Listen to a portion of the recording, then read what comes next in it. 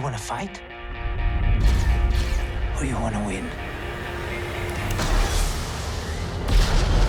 Andor Season 2 trailer time on My Favorite Alien. Did I hear that correctly? Yeah. It's Andor Season 2 time on My Favorite Alien. Let's talk about it. What exactly are we dealing with here? Old and busted, new hotness. And what could that possibly be? Alien. They do exist. Too bad about watching the X-Files, too bad. It is possible. Well, listen, this is a nice little surprise. Welcome to My Favorite Alien presents Andor Season 2? Is this what bodes well for the future? Wait, bodes well for the future? Whatever, it doesn't matter. Welcome to the show, everybody. This is a little bit of a different vibe we're going for on the show. I think what we're going to do is I'm going to do some strategic podcast takeovers. Sort of so I think I'm going to do like a run of Star Trek episodes, and I'm going to do like 3 or 4, and I'm going to record them in batch with my friends. And then I think for Andor, I'm going to try and do coverage of the show week to week, because it is my favorite Star Wars show. It's so good, and it's worth capitalizing on the cultural zeitgeist. You know, sometimes you just gotta follow the trend. I mean, you should be trying to set the trend, but in this case, I don't know.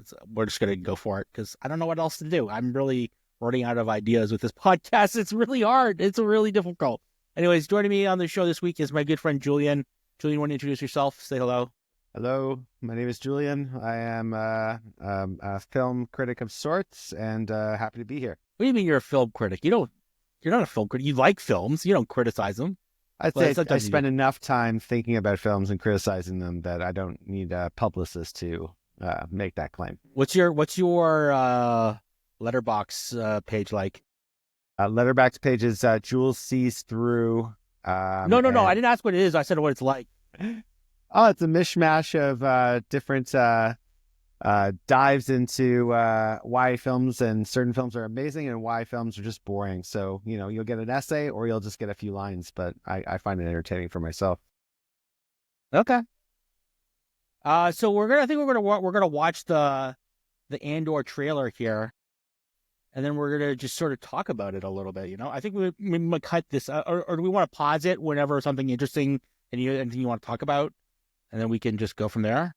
Yeah, or do we want to watch the whole thing and then just talk about it? I feel like we can take notes and move and watch the whole thing and then just kind of move back. I'm not lying. I'm not taking any notes. I draw the line at note taking. All right. Well, let's do it. Let's see what this song has to give us again.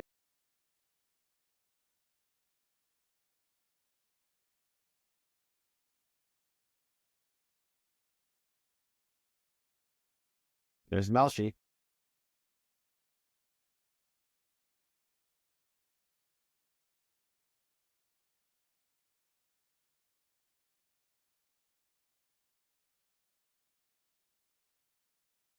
That one. Yeah. Off the bat, I will just say that the Saul Guerrera, his dive into this paranoid schizophrenic kind of character, I feel like the music kind of cheapens his attitude, because that could be a very powerful moment in the show. It seems like most of his scenes are very intense in the first season. Yeah. And so this one kind of reduces it slightly as a comedic thing. I'm sure that's not the intent, but it kind of comes off that way. You can't really it's a trailer designed to entice and excite, and not necessarily you know what I mean? It's the context of which the images appear in the final film are not necessarily relevant to the trailer that they're trying to portray, right? Just because they're taking things out of context doesn't mean I know. You know what I mean? It's just let the trailer be the trailer and just get excited for it, I hear you, but the first trailer of Andor season 1 had Saul Guerrero going boom. Had Saul Guerrero going, call it what you will, and Saul Guerrero's let's call it. It just punches you in the face because you're oh shit, what is this show? This kind of takes really good writing because he's trying to whoever he's talking to, he's trying to plant them in a moment of revolution. And this song kind of it has all the notes. Like, you could put it in front of a boardroom and say like, hey, I've got this song. I think it'll capture the audiences because no one watched the last show. And it probably will, but like it I don't know, it just feels a little bit like it's cheapening the moment. But that's fine. I'm not like upset about that. Just something I noticed. Yeah, I think like I don't know. I think it's a good song. It worked. It really works for me. So I was kind of like, yeah, You liked it. I liked it. Yeah, I liked it. As the music came in, tits to ass. I loved it.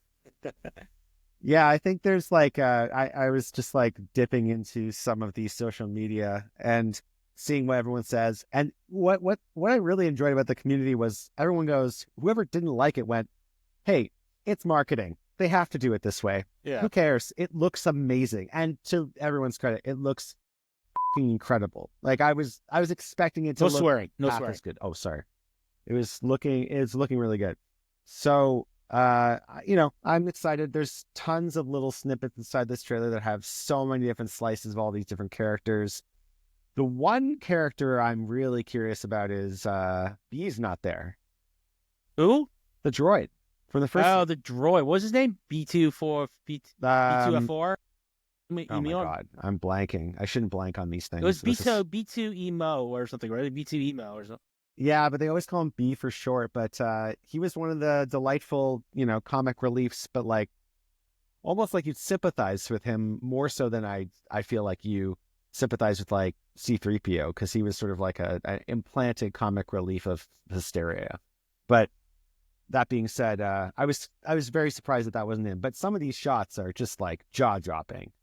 Yeah, I mean the X-wings taking off with the guitar riff is like exceptional. And what's crazy about that shot is they hold it. I've never seen a trailer put a critic credit over top and then just like hold that shot. There's a dead body in the foreground, and you see, I'm assuming it's Saul Guerrera's guys, because that's where we've seen those X-wings before, and they like take off into the distance. So I mean, it looks the part. They're really milking a lot of the visual like epicness of like, I think, the lead up towards Rogue One.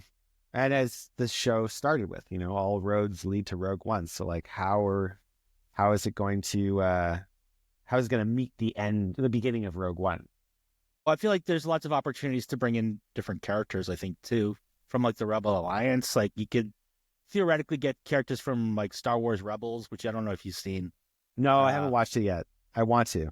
It's kind of a kid show. Like it gets there like eventually, but the first season's kind of rough because it is like a Disney cartoon. Right. I think about this, the sense of maturity that this brought. I was wondering how they're going to handle like, the rise of rebellion. It's such a cool story. And we're getting all these snippets of some battle in sort of like some open, like, courtyard space. And I've been hearing that it's like potentially the Gorham front. They mentioned that a couple times. Oh, right. Mom Mothra mentions it a few times with the Gorham massacre. The Gorman front. So I wonder if we're going to actually see something that happens that, like, is the torch that ignites the whole rebellion, as opposed to just this, like, Ferrix. Right. You're looking for, like, an inciting incident for, like, the universe at large. Yeah, exactly. Right. Because we have all this hesitancy that, like, it's the interesting thing about, like, Rogue One is just, like, the corralling people together. It's telling people, people like Saw Gerrera, who have clearly gone through some crazy, crazy shit, how to bring those people together and build a rebellion, especially with people you don't trust or people you can't trust. It's a very interesting mix of all these different side characters and, like, influential people. But more importantly, this is about people. It's not about like fucking Luke Skywalker jumping out of nowhere and having his like hero, archetype reign free on the screen. It's going to be like an interesting. My cat's staring at me. Sorry. Yeah. What do you want, buddy? He wants to watch Andor. I do want to watch Andor. Which characters, which storyline are you looking forward to the most? I go back and forth, but I think I want to see what really happens with Dedra and like her place in all of this, because we don't have her character appear anywhere else, obviously. And she has really risen to the ranks in the ISB, and so to see her grapple with a rising rebel faction that she knew well on before, she called well before, will be really interesting. So I don't know. What about you? What do you think? Cyril Karn all day. Yeah, I figured you'd say Cyril I'm a Karn. big Cyril Karn. Like, he's such a weird character. Like, there's just so many quirks to his character that are He's just a fucking makes him so dweeb. interesting. The guy who like alters his own. Have you made adjustments to your uniform? It's like, yeah. It's like, don't do that. You fucking weirdo. Oh, I shouldn't swear. Well, his mom has such a great remark in that episode where she goes, "You're always trying to fit in or make people think that you're the right fit for this, for whatever you're trying to, get into. You're trying to make it seem as though you're something rather than being that person." Right. I love every scene in the first season of Andor between Cyril and his mom. I so remember good. watching and being like, where are they going to go with this? I'm like, oh no, this is exactly who, like, the reason why he is so weird is because of his mother. For sure. And also just how he eats the cereal and how he like has that one shot where he's like staring at the cereal, talking with his mom, just like trying to drown out her voice. Yeah. It's so good. In like a lightless area of Coruscant. I just like it. Just they paint such a grim picture of life in the Empire. Oh my gosh. Yeah. It reminded me of The Fifth Element. Remember they gotta make the fog when they're trying to escape all the cops in that one getaway scene. They're like, if we get to the fog, we'll be fine. Oh, there's some blues for you. What But the hell was that? it's just some sort of gesture you do with, I don't know if it's gonna do it again. But With what? it's Apple. Apple does these things where you like say peace or something like that, and it like recognizes your, I don't know, it does something where it recognizes Is that next Apple animation. Intelligence? No, not yet. I don't think Apple Intelligence is too intelligent right now. It doesn't do anything on my computer. It's weird, man. Siri is like Siri is super dated by now. Like, you can talk to ChatGPT like it's your best friend, but Siri, you can't get her to figure out anything. Yeah. But that's besides the point. Yeah, the whole underground scene in Andor was amazing, and just seeing him like carrying his bags to the depths of his mom's apartment, who he has to move back into, is just like fucking magic. So I really hope in the second season that type of, character development and like introspection. I think one of the things that I really love about the first season is that like we just hang out with them doing the day-to-day shit. Yeah. They get into conversations about the plot. That's all good, but we understand them on a human level. And I think that really separates Andor from the rest of the other Star Wars shows. Just like, there's just like easy talking. But yeah, I think there's tons to dive into this trailer, but I think we're going to see like a monumental like spark that starts the actual Rebel Alliance. And I'm very curious to see this like Imperial spaceship that Andor is flying, and Kurt Cassian is flying. It looks like a TIE fighter, and that looks like Lothal. Doesn't it look like? Oh, you don't know Lothal. I don't know Lothal. It's from Rebels. I think I heard that it was from that, because in the Disney preview of 2025, there we go. There's my bubbles again. No, but that's what I read, is that it's the same like TIE fighter as that show. Okay. So it has that.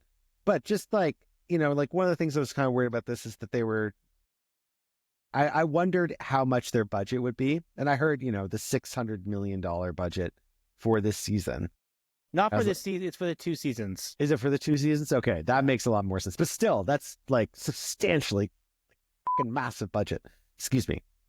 Very big budget. When I was watching this trailer, I was expecting a little bit more of a conservative, like interior shots and character stuff. It's a lot more action going on in this than the original show, the first season. What do you think? Of what? No, just of that, like of just like visually how it looks, like how expensive it looks, and like, you know, It looks expensive. It looks good. It's like, whether or not it's worth it is like whether or not the show's good. If the show's good, it's worth it. That's the sad fact. Like, you know what I mean? Like, if they have to spend that much money for it to be that good, they do. I mean, for that much money, you can make so much TV, like other TV. You can make cheap TV of people talking in rooms and like engaging emotional stories. But or you can make things like Obi-Wan Kenobi and whatever that awful TV show that they last released that I couldn't even watch 20 minutes of. The Acolyte. Yeah. Did you get through that? Was it any good? No. There are parts of it that I really liked, like little individual performances and like little story turns that I thought were good, but overall I thought it was kind of like a bit of a creative misfire. Yeah, it seemed that way. I was incredibly bored. I felt like I was watching Crouching Tiger, Hidden Dragon, but Star Wars. That's part of it, like badly. what I liked about it. It was like the kung fu part of it. But they didn't really have the gut, not the guts, the skill set to pull it off, you know? Yeah, no, for sure. But we'll see if Tommy Gilroy can actually deliver. Visually, it's not. I mean, like you can, you like the song. I did not like the song used in the trailer. I know a lot of people are feeling mixed about it, but nevertheless, it still looks very good. It doesn't look visually bad. One of the top YouTube comments was, you should watch it with the sound off. Yeah. I thought about actually remixing one of the. I was actually listening to all of the individual Andor credit sequences in the beginning. You know how they're all different. The composer made them all different. I was listening to them after the trailer because I got really excited. It's like, oh man, it'd be sweet if I just re-edited one of these into this trailer. So I might do that for a fun little gag because I don't know. I like the song. It's just I don't like when any rock and roll is inserted because there's like a cultural difference. It's a marketing thing. They have to make sure people watch this show, so it makes sense. I mean, why can't there be rock and roll in Star Wars? It's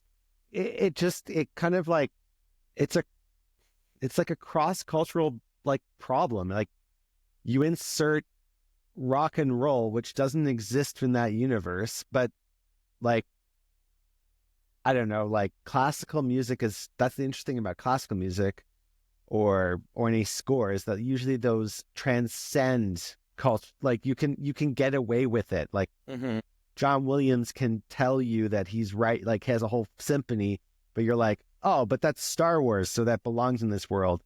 Some guy playing on his guitar and singing revolutionary songs is cool. It's not a bad song at all. I like it, but it doesn't feel like it's part of that world. And so it divorces you from the idea of like functioning emotionally within the storytelling. But again, it's just a teaser, so it doesn't really matter. It's just like an observation I would make. That you did make. You wouldn't make it. You did make it. I did make on it a podcast publicly. I did make it. Yeah, that's my. You are going to get blamed for it in the comments. We have a very, very vocal fan base. Oh man, come at me. Yeah, it's mostly just me. Why is your color changing back? You have like a. What do you have back there? Just an LED? Well, I put like a background LED thing on my TV, so it changes color every once in a while. It's kind of funky. That's weird. Yeah. Well, you got purple backlights. We all have our own thing. Blue. Looks purple to me. Looks purple to me. You want to see? That's purple. Yeah. Blue. That's blue. Yeah. Hey, why not? It's not every night you jump on a quick call to do a podcast. So why? Recording this. Yeah. It's live, baby. It's live. Well, it's edited. It's not like live. Yeah, that's true. That's true. But like, is there any standout moments in the trailer besides the music, besides anything else that like stick out for you? I really, again, with the bubbles. How do you turn that off? I don't know how, man. I don't know how. I'm just holding in the camera. It's not even like in the. Dude, fucking Apple's invading every part of your gestures. Who knows what's going to happen next? It's not going to actually be me. I do But like tell- the shot of the Death Star. Yeah, that's cool. That's cool. But we've seen that before. We've seen that before. But with- I still get chills when I see it. Yeah, the half-built Death Star. That's cool. Saw Gerrera. I'm just skimming through it. What I'm curious about is Saw Gerrera's evolution to paranoia, but his costume. Because in this first season of Andor, he's just kind of rocking a regular outfit. It's a little bit like armor-like, but it's not like his full thing. He doesn't have his big hair, like where does he go? Like, how does he get to his paranoid craziness? I'm worried it's going to be too rushed because the original plan was to do 5 seasons, and each season was a different year of rebellion. And then they were like, we can't do 5 seasons of this show. It's too ridiculous. It would take 10 years. They said Tony Gilroy said to what's his face, Cassian Andor was the actor. He was like, "You're going to be way too old. How Yeah. could we possibly make you younger? Like, it's not possible. It's going to look terrible."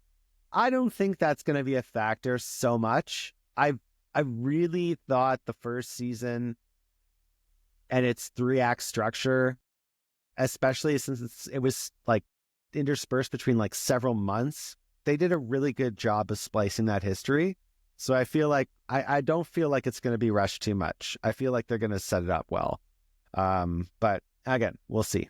Did season 1 have a 3-act structure? Kind of have like a 4-act structure, didn't it? So it did the first 3 episodes, and then the next 3 to Aldani, and then the 5th episode Tony Gilroy called like not a write off, but like a write off, because they had to introduce all these new characters, including Mon Mothra, and like they needed to set the tone for the next 3 episodes because essentially he had to be put in Narkina. Andor had to go in Narkina, and then they did the 3-act structure. But yes, it is built that way. That's how they wanted to do it, because I think he mentioned in a podcast that he was a little frustrated when he was making it, and he was like, "I want to make this a movie. I don't know how to not make this a movie." Mm-hmm. So that's how he made it work for himself. Like the first 3 is basically one story, and that's one movie, and so on and so forth.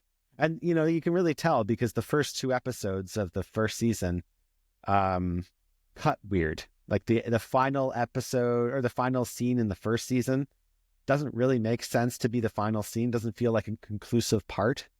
What is the final scene? It's just him walking in the scrap yards, and then the next episode is 37 minutes long. So it they tried to make it work, however they needed to make it work. It doesn't really matter. It's still genius, or excuse me, still genius to me. But it's an interesting format they've set up, and apparently they'll do the same thing. It's a 3-act structure for the new season. Is this still 12 episodes? Yeah. Apparently. I like a long season like that. We don't get those very often. No. And did you watch Andor when it first came out? Oh yeah. Like first came out? Yeah, when it came out at like 3 a.m? No.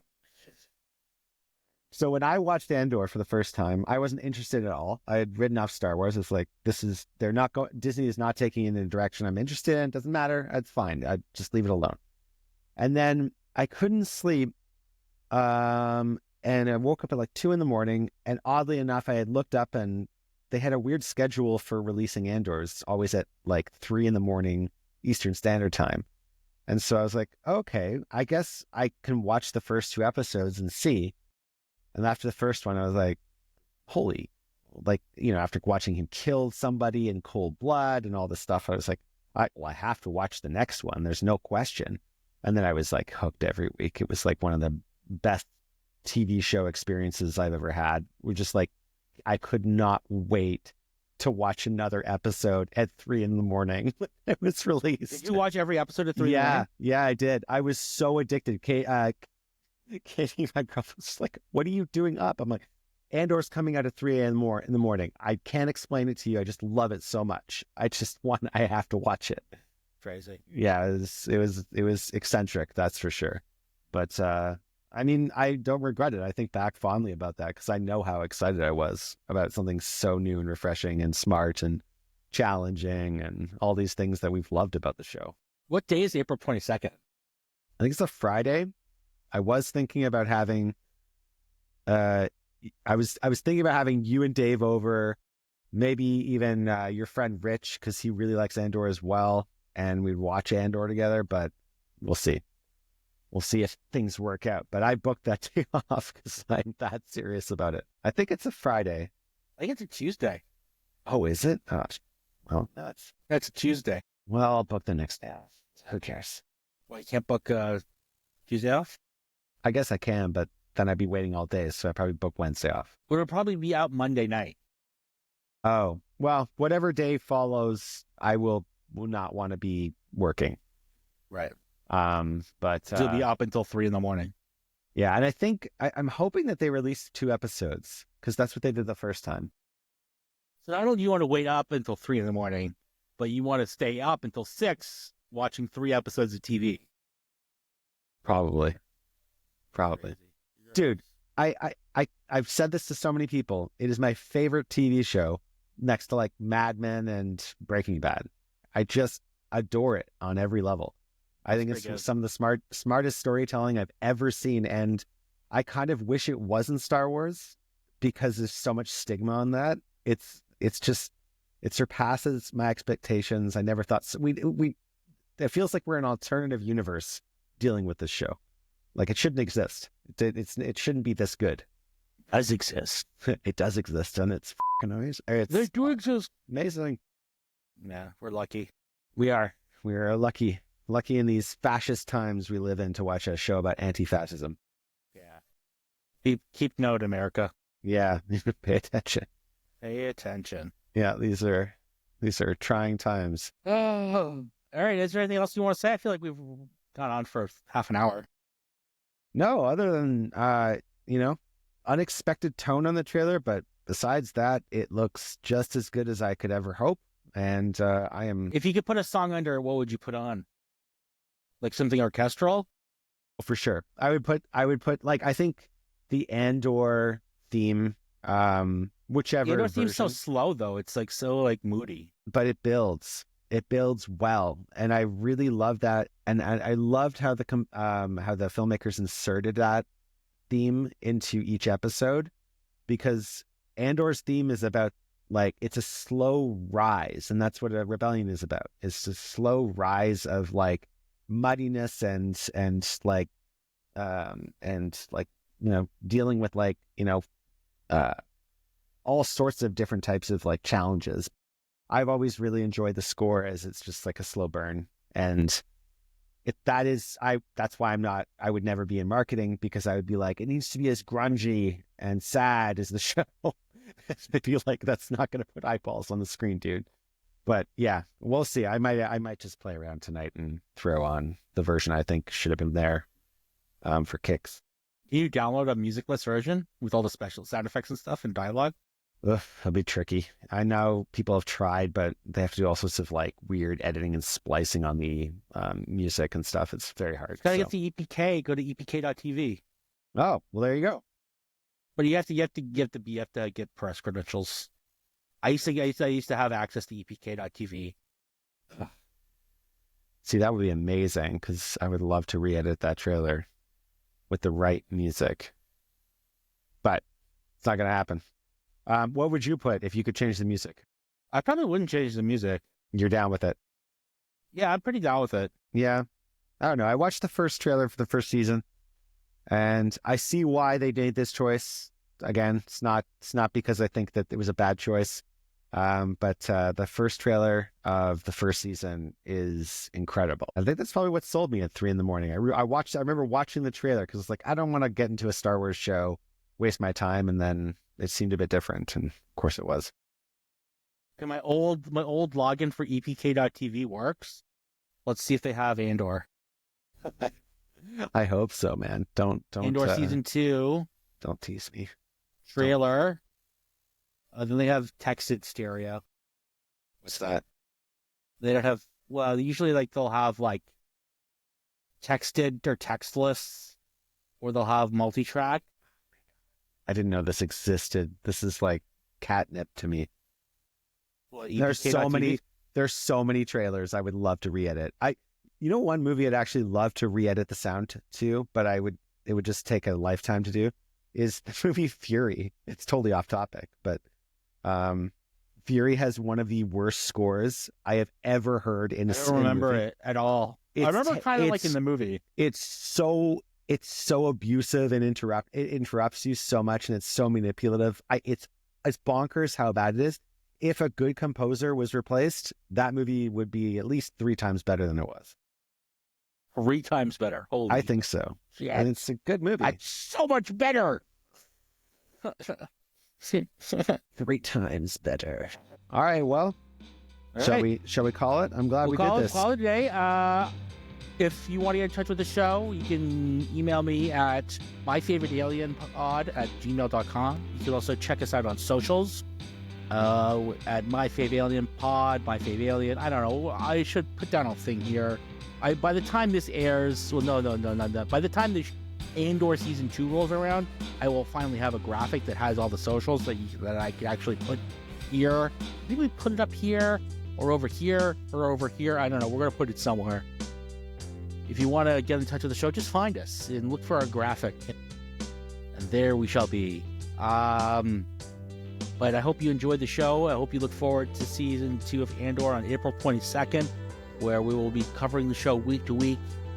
In the meantime, next week will be a regular episode, and actually next week will be a regular episode. I think next week we're going to do the aliens episode, which is just a regular conversation about aliens. Anyways, let's not give the horse away. Have a great time and keep searching, my lovelies. Mwah. Adios. I'm gonna cut that.